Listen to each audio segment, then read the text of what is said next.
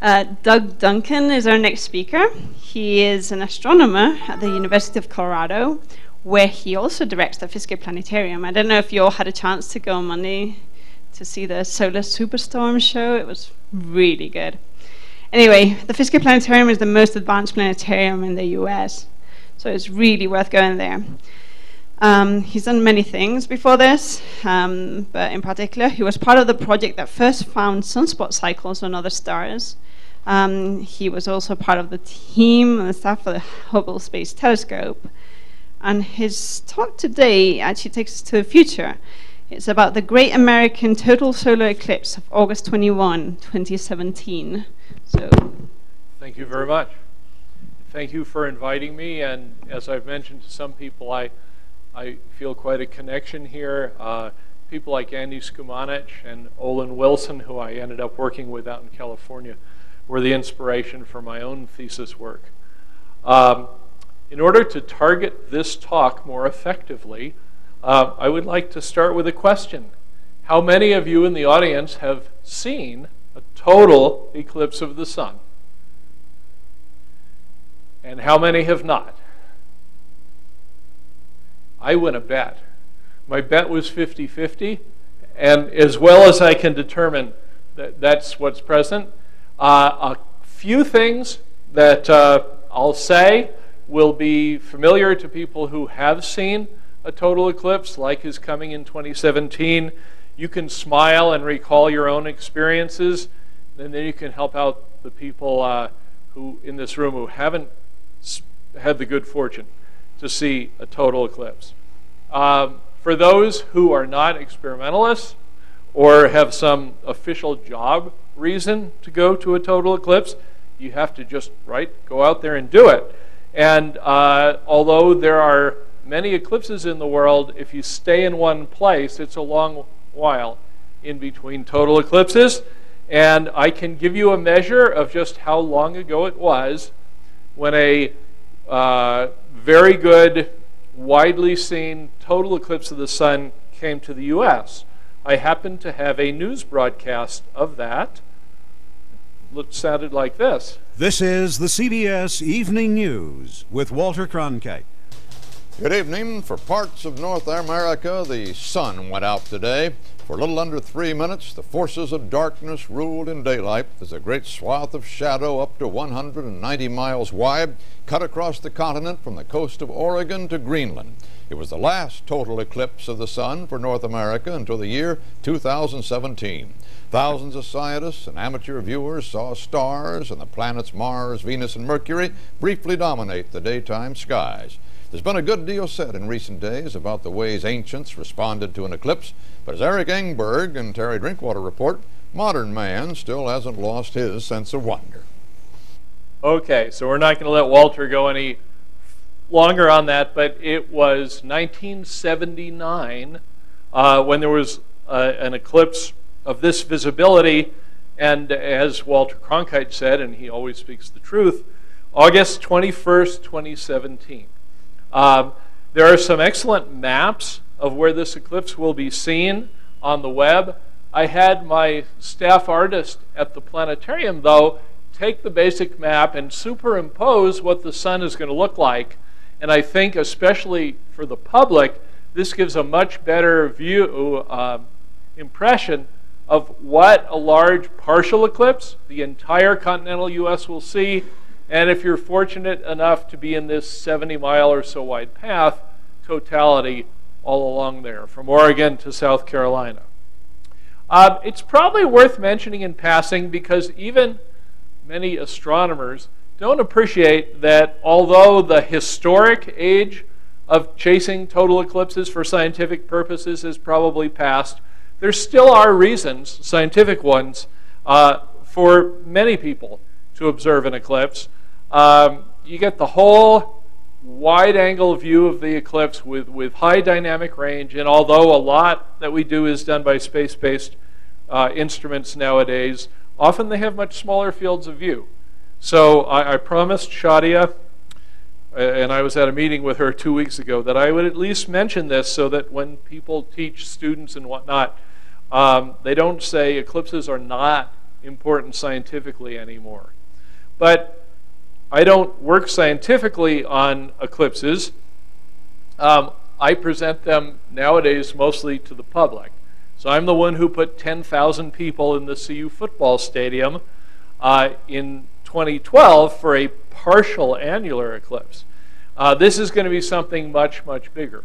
For those who haven't seen a total eclipse in person, there is no photograph that can come anywhere near doing justice to it.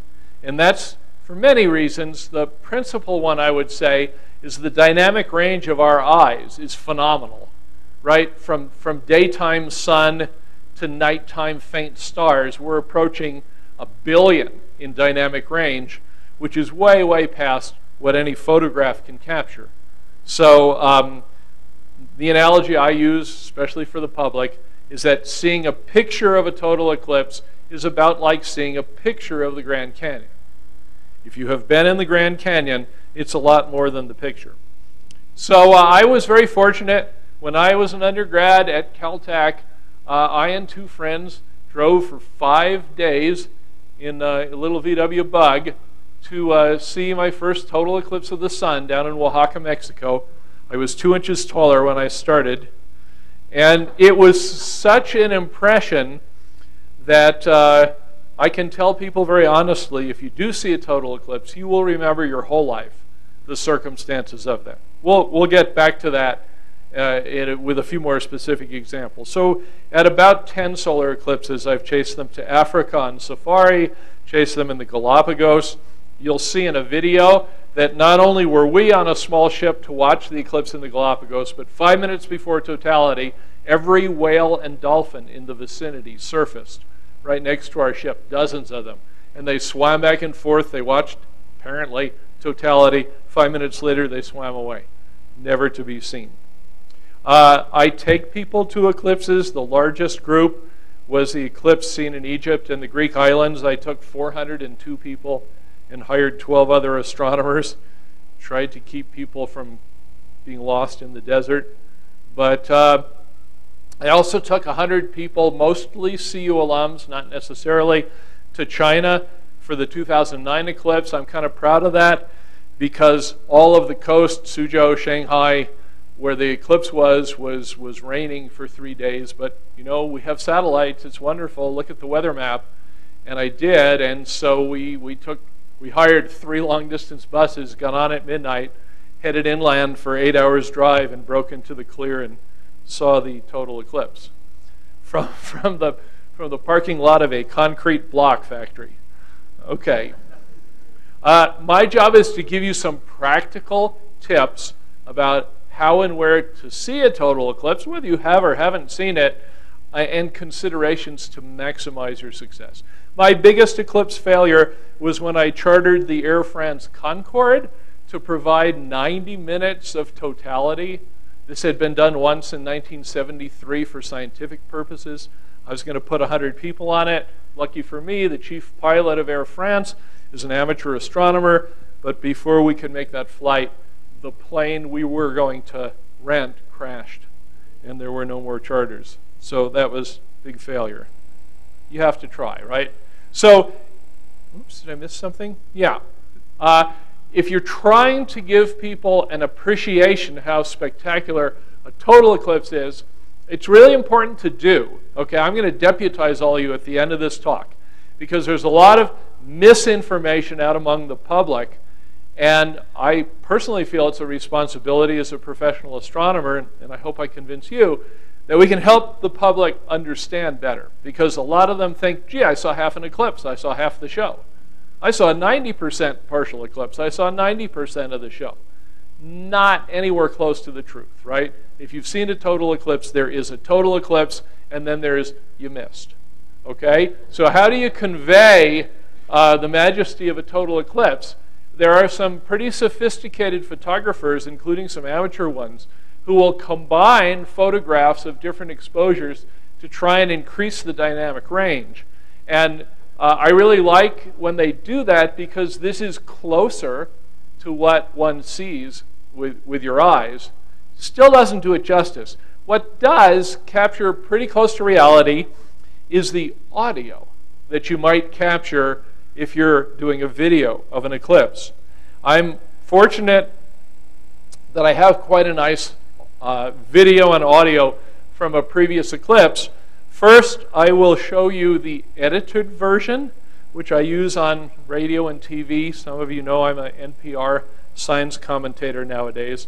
But of course, when you see a total eclipse and it looks like the end of the world, you know, not only does it get dark, it gets cold. The color palette of everything you see changes because there's no more direct photospheric light, but there's coronal light is lighting up the landscape. So to my eyes, it turns silvery, almost like underwater. Then all the animals do strange things, right? The whales and dolphins come to watch with you. In Bolivia, we're all looking up at totality and someone shouts, "Look down!" And we're surrounded by llamas. Okay, so it's really a very strange phenomenon. And I think your subconscious really kicks in. And the only way I can describe it is if you try to imagine the end of the world, this is pretty close to it. So I've had lots of people freak out. They scream and cry. My mother saw a total eclipse, said it was the most beautiful thing in 70 years of her life. This particular video was taken in the midst of a bunch of students. Okay? And I would say they responded about the same way you would if one of our Boulder mountain lions came through the door. You don't use words like, wow, or oh, look. Okay? But first I'll play you, oh, come back. I'll play you what we do use on TV. Oh, I guess not. Well, let me just play you the real thing, right? The unedited version. What you'll hear and what you'll see is this video was taken with a telephoto lens on a ship. So things move a little bit. It was not a very expensive tracking apparatus, and it takes a while to take the very dark filter off. So there's probably about 20 seconds between the beginning of totality and getting the sun in the image.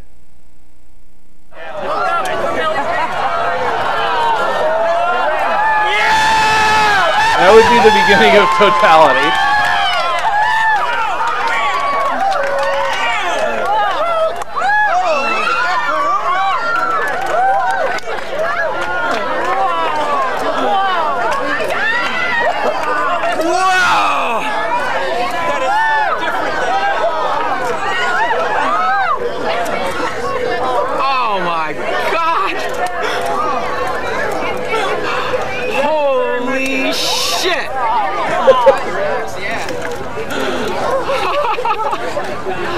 Oh my God, that's beautiful.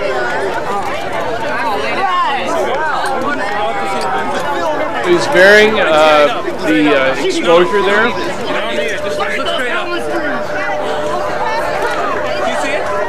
Oh, you won't believe the view in here. Oh my fucking God. You will not believe how beautiful this is. Oh, man. Yeah, you take a peek at it. Look at all the prominences. Yes. Holy fucking A. Well, you know, you take a bunch of students to do a total eclipse. That's what you get. Corona is beautiful. It's extended. Look at how it's extended. Oh, what difference is that? It's horizon.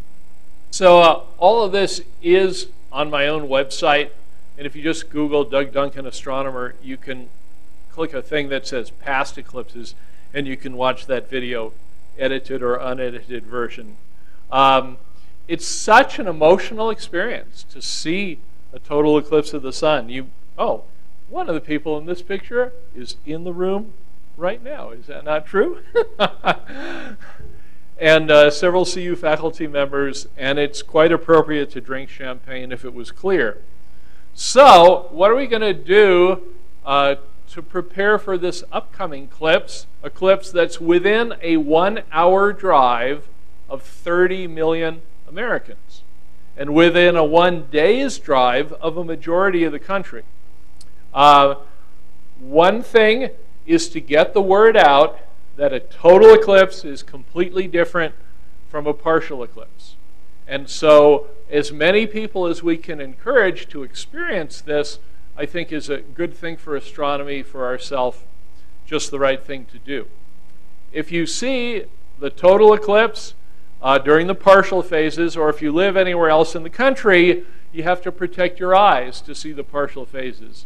Every single eclipse that I've been at, all 10, there has been a tremendous last-minute desire. I want to see the eclipse. I want to protect my eyes. And these very inexpensive cardboard and mylar or cardboard and plastic glasses are perfect for it, and they're not available because they need to be prepared several months in advance. So my biggest success so far was getting 700,000 of these distributed in Chicago for the Christmas Day 2000 partial eclipse in Chicago. They put them into every edition of the Chicago Sun-Times Sunday, the day before, I think, the eclipse. The 2017 eclipse is on a Monday. It would be great to slip these into all the Sunday papers, but newspapers aren't what they used to be. Just in case somebody has a contact with Denver or some other newspaper, when mass-produced, these things cost less than 20 cents. When they're sold at retail, they sell for usually $2, maybe $3. But you can print anything on them you want. And so sometimes nonprofit organizations print on them. In the case of the Sun-Times, they sold the space on all 700,000 glasses to the Museum of Science and Industry. And they printed Visit MSI. This is a $2 off coupon. And so as far as I can tell, the Sun-Times made money and the museum made money because attendance went up. So maybe there will be some creativity in this room how we can prepare a much, much larger potential audience for this eclipse. I can see two ways of going at this. You know, getting as many members of the public to appreciate the sun, solar astronomy, astronomy in general on this day, because none of us will ever see so much free publicity. And the two ways I'm working on are either nonprofit or for-profit. In the nonprofit way, probably a lot of you have heard of Coursera. Coursera offers very high-quality free online courses, and a number of the leading universities in the US, including CU, are part of Coursera. And now, every year, we offer 2 courses. CU picks 2 professors to do a course. You put it on Coursera. 50,000 people take your course, and it's free. You can ask me later how Coursera makes its money. It's kind of a funny business model, but lots of people take the courses, and I have been chosen to do the CU course this fall. And the subject will be a 5-meeting course on the sun, what we know about it, solar astronomy, and the last meeting of the course will be directly focused on the 2017 eclipse and how to watch it safely. The other way to do this is what we did in 2012. We convinced this little department store in Boulder called McGuckin's to buy 10,000 pairs of eclipse glasses. And here's what happened. That was the next to last slide. We'll start in at about a minute.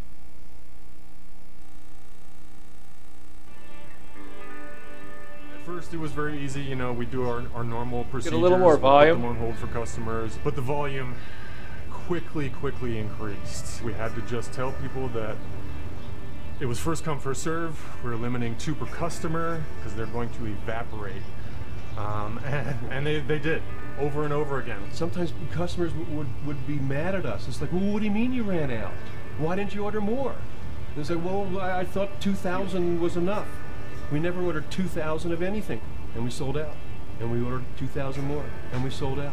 And we ordered 2,000 more. We had a line in the store from the reception desk, probably going almost to the middle of the store, of about maybe 100 to 150 people waiting and hoping that they would get some eclipse glasses, the final ones. It's a you gotta have it thing. It's like Beatles tickets. It's like sandbags. It's like sandbags in the flood. You get the idea, though. At all these eclipses, anybody, whether it's a museum or a store that I've been able to convince to stockpile 10,000 eclipse glasses makes $20,000. Fisk Planetarium made $20,000 that week. We put it back into our programs. So if anybody has connections with nonprofits or agencies that like to aid education, or if anybody's entrepreneurial, it's an amazing opportunity. So the one thing you probably want to write down and remember from this presentation is that there is a Canadian meteorologist named Jay Anderson, and his whole career he has specialized in eclipse meteorology. So if you want to actually go and see this eclipse and not clouds, his publication online will give you a very good indication of where the weather is better. Eastern Oregon through Idaho, where the weather is worse.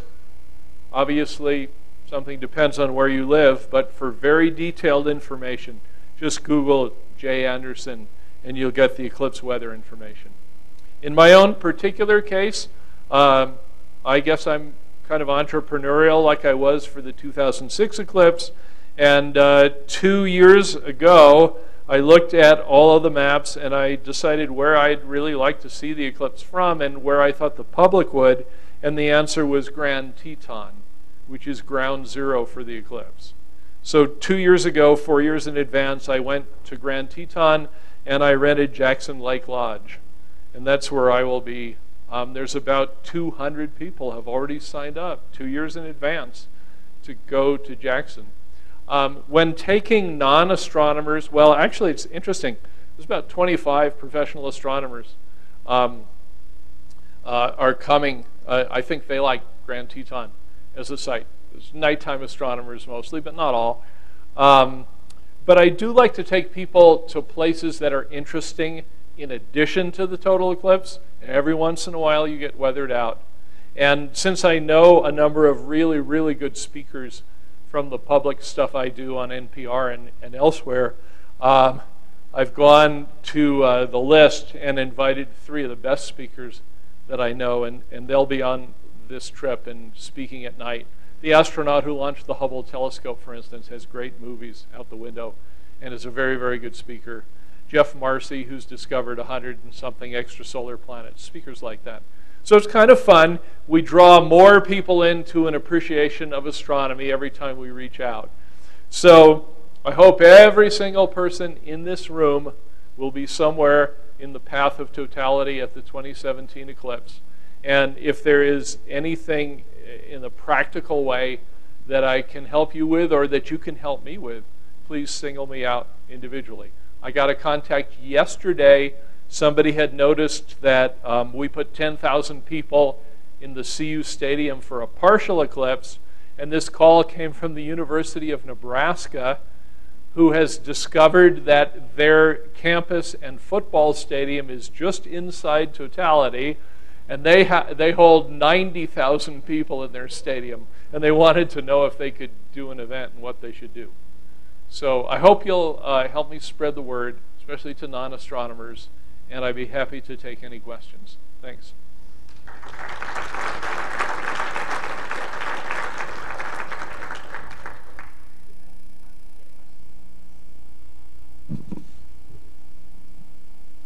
That was a great talk, but I feel that you've evaded the central question.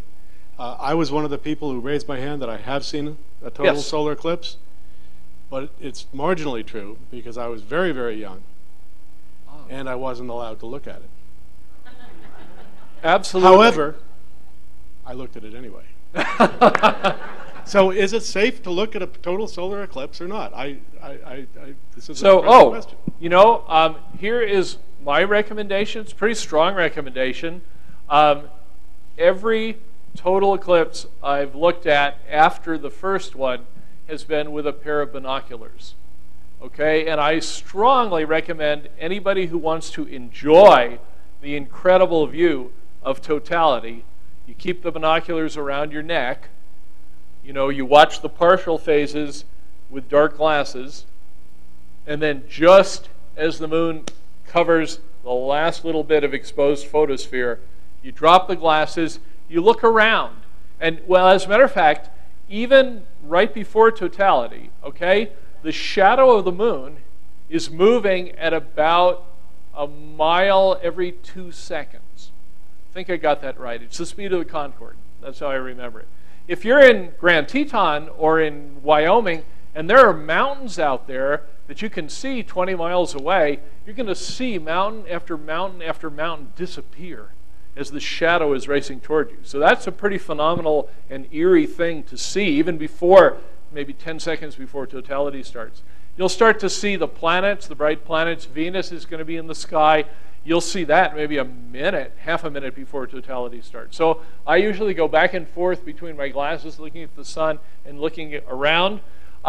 It is not a terrible idea to record something that speaks to you and lasts as long as totality is. I did that at the very first eclipse, and I was so glad. Okay, I knew it was 3 minutes, 20 seconds of totality near Oaxaca there. And I used an old-fashioned tape recorder in those days, and I recorded 3 minutes left, 2 minutes 50, 2 minutes 40. The first time I heard, well, and the reason I did that was I was taking some photographs and watching. And I started taking the photographs first, and when I became aware of the tape recording, it was saying 60 seconds left, 50 seconds left. I thought I had taken 6 pictures. It turns out I took 25. And almost 2/3 of the eclipse was gone before I even looked at it. So I do recommend looking at totality with a pair of binoculars, because we know enough that the end of totality is marked by the diamond ring. So the photosphere starts to reappear, and that's your clue to sadly, put down the binoculars and well, you can put your solar filter back on, but after totality, nobody watches the part going away. But I want to add to your point, there are many, many false rumors go around at the time of a total eclipse, and it's terrible. If you see totality, you remember it your whole life. Like my mother said, it's the most beautiful thing she had ever seen. And imagine all those poor kids who are told, go inside and don't see it. So I think there's a role. I'm on a committee for the American Astronomical Society. I'm hoping we can get together an official statement and then try and get it spread as much as possible. I have raised about $20,000 over at Fisk Planetarium to produce a public service announcement. And I know I can get that into 500 or 1,000 planetariums in the country. It would be wonderful if we could get that into movie theaters, because then it would have an authoritative statement that this is a wonderful thing to see as long as you watch it safely. This is how to watch it safely. So we'll see what happens with that. Sorry?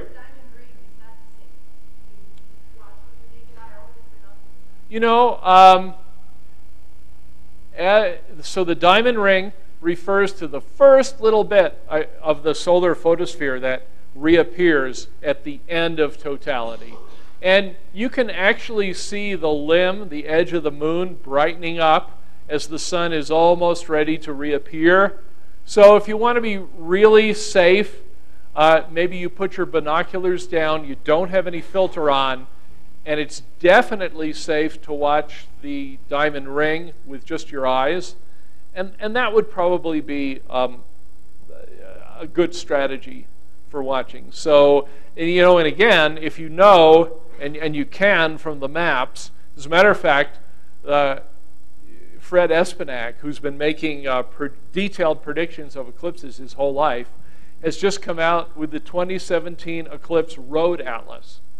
And it's just like one of those old, Hammond Road Atlases. It's got every state in great detail, and superimposed are all the contours of here goes totality, here's how long it lasts. So you should be able to know to within a second how long your totality is. But I guess my advice is if you're watching with binoculars, it's getting toward the end of the 2 minutes and 20 seconds it'll be for us. Then you'll see the edge of the moon start to look brighter and the sun's almost there. Then put the binoculars down and watch that with your eyes. That's good. Yeah, I was just going to joke that you shouldn't probably listen to John Cage's 4 minutes and 33 seconds. Sorry? John Cage's 4-minute minimalist. Oh, yeah. No. Anyway, but for those that aren't aware of that, it's 4 minutes and 33 seconds in which the composer instructs the orchestra to be quiet. Anyway, and, I predict that will fail. Yeah, that will fail. No, I was just wondering about something that has 100 times more energy coming out of it, the chromosphere, than the corona. And so I was wondering if you have any recommendations for observing the flash, the chromospheric flash. I mean, have you seen it? I have tried to photograph it with a grating in front of my camera. I concluded toward the beginning of my eclipse watching that if I wasn't going to be real serious and get good equipment and track and everything, that I might as well leave that to others and watch. And so I'm just being very honest. Some people are technically better at photography. I have given some gratings, transmission gratings to people, and at least one of them has gotten some nice images of flash spectrum. To me, it's incredibly impressive to see the chromosphere and to see the color, to see the colors of some prominences, for instance. Intellectually, it's there, but then I mostly watch it. How long is totality in Jackson Hole? 2 minutes and 20, or is it 24 seconds? It's one of those two. It's on my map.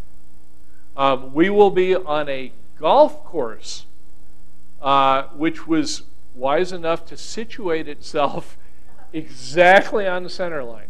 The famous Jackson Lake Lodge is only 15 miles from center line. But the golf course is going to have lemonade and cookies and a tent. So if it's too hot, you can kind of duck in and sit down during the partial phases and then come outside and see totality. And I think with the golf course, we'll get a very nice panorama. 11:36 a.m. There, earlier in Oregon and later in South Carolina. Just kind of a humorous anecdote. When I went 2 years ago to reserve Jackson Lake Lodge, they told me, "Oh, it's lucky you want this week. The next week's reserved." And some of you will laugh because you probably know this. The Federal Reserve meets in Jackson, Wyoming every single year, right? At the end of August. And they meet at Jackson Lake Lodge, and they had the week after the eclipse booked 4 years in advance. So, whew, okay, I know who would win when it comes to the Federal Reserve. Although, I do have a former student who is the #1 economic advisor to Mitt Romney and teaches economics at Harvard and writes for the New York Times and is always at that meeting. So maybe I should tell my student he can go back to astronomy for one day and then return to economics.